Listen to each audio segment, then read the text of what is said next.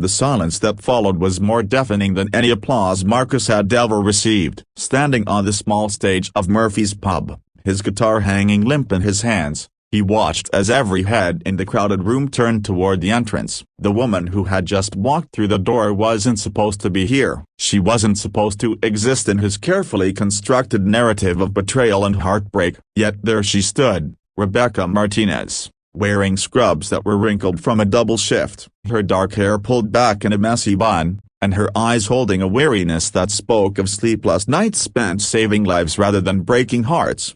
9 songs. That's all it had taken for Marcus to weave his tale of woe, painting himself as the victim of a cold, ambitious woman who had chosen her career over love. The audience had eaten it up, nodding along as he strummed his guitar and sang about being abandoned for something better. He'd felt vindicated, righteous even, as strangers offered him sympathetic looks and bought him drinks. This was his moment, his chance to set the record straight about the relationship that had ended 6 months ago. But now Rebecca was here, and the carefully constructed lies began to crumble like a house of cards in a hurricane. Marcus had met Rebecca 2 years earlier at a coffee shop near the hospital where she worked as a pediatric nurse. She'd been studying for her nurse practitioner certification, surrounded by medical textbooks and empty espresso cups. He'd been drawn to her quiet intensity, the way she bit her lip when concentrating, the gentle way she spoke to the elderly barista who always got her order wrong. Their first conversation had lasted 4 hours, spanning everything from her dream of opening a free clinic in underserved communities to his aspirations of making it as a musician. For 18 months, they'd built something beautiful together. She'd attended every one of his gigs, sometimes arriving straight from the hospital still wearing her scrubs, her face lighting up whenever he'd dedicate a song to her. He'd supported her through grueling study sessions, bringing her dinner when she forgot to eat, holding her when she cried after losing a young patient. They'd talked about the future, about combining his music with her medical mission work, about creating something meaningful together. The cracks had started to show when Marcus began expecting her to prioritize his dreams over her calling. He wanted her at every open mic night, every networking event, every late-night recording session. When she couldn't make it because of the sick child and the ICU or an emergency at the clinic where she volunteered, he'd grown resentful. The final fight had been brutal, with him accusing her of being selfish and her quietly packing her things while he yelled about how she'd never truly supported him.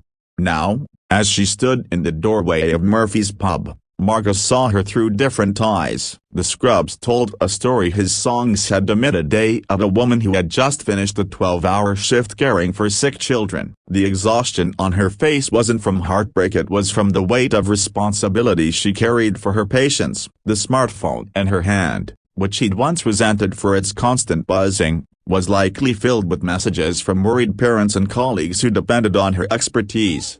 "Excuse me," came a voice from the crowd. An older woman with silver hair stood up, her eyes fixed on Rebecca. "Are you Dr. Martinez?" Rebecca's face flushed. "Actually, I'm nurse practitioner Martinez. But yes, you saved my grandson's life last month. Tommy Henderson. He came in with severe dehydration and you caught the signs of diabetes that the emergency room missed." The woman's voice cracked with emotion. "The doctors said if you hadn't pushed for those additional tests, if you hadn't advocated for him when his parents felt dismissed."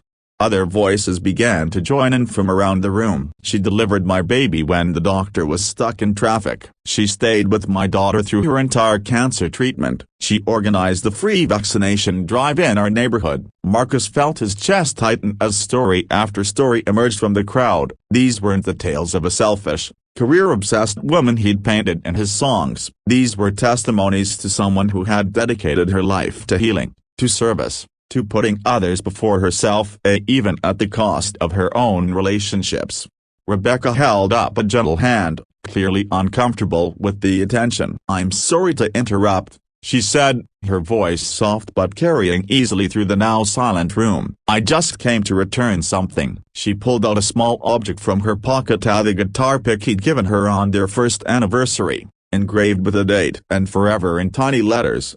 She approached the stage slowly, each step measured and careful. When she reached Marcus, she didn't look angry or hurt. Instead, Her eyes held the same compassion he'd seen her show to frightened children and their worried parents. "You left this at my apartment," she said quietly, placing the pick on the edge of the stage. "I thought you might need it for your music." Marcus stared down at the small piece of plastic, remembering the day he'd given it to her. She laughed and said she'd keep it forever, even though she couldn't play a note. "Rebecca, yeah, you don't need to explain," she interrupted gently. "Music is how you process things, how you make sense of the world." "I understand that." She paused, glancing at the audience that was hanging on every word. "I just hope that someday you'll write songs about building people up instead of tearing them down. The world needs more of that." She turned to leave, but Marcus found his voice. "Wait." The word came out as barely a whisper, then stronger. "Wait,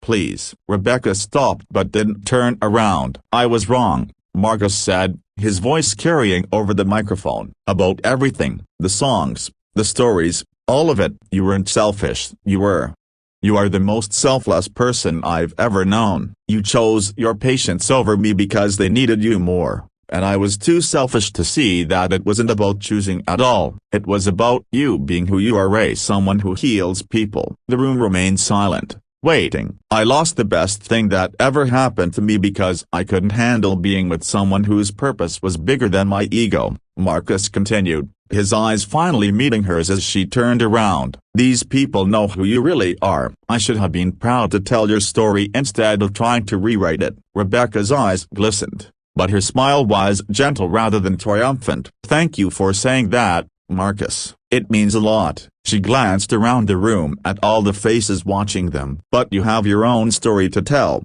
your own way of touching people's lives through music. Don't let our ending keep you from writing beautiful beginnings." She walked toward the door, then paused one final time. "The pick is yours to keep, but maybe next time you dedicate a song to someone, make sure it's one they'd want to hear." As the door closed behind her, Marcus stood alone on the stage, the weight of his guitar suddenly feeling different in his hands. He looked out at the crowd, seeing not an audience for his sob story, but a room full of people who had just witnessed something profound, not his public humiliation, but a masterclass in grace under fire.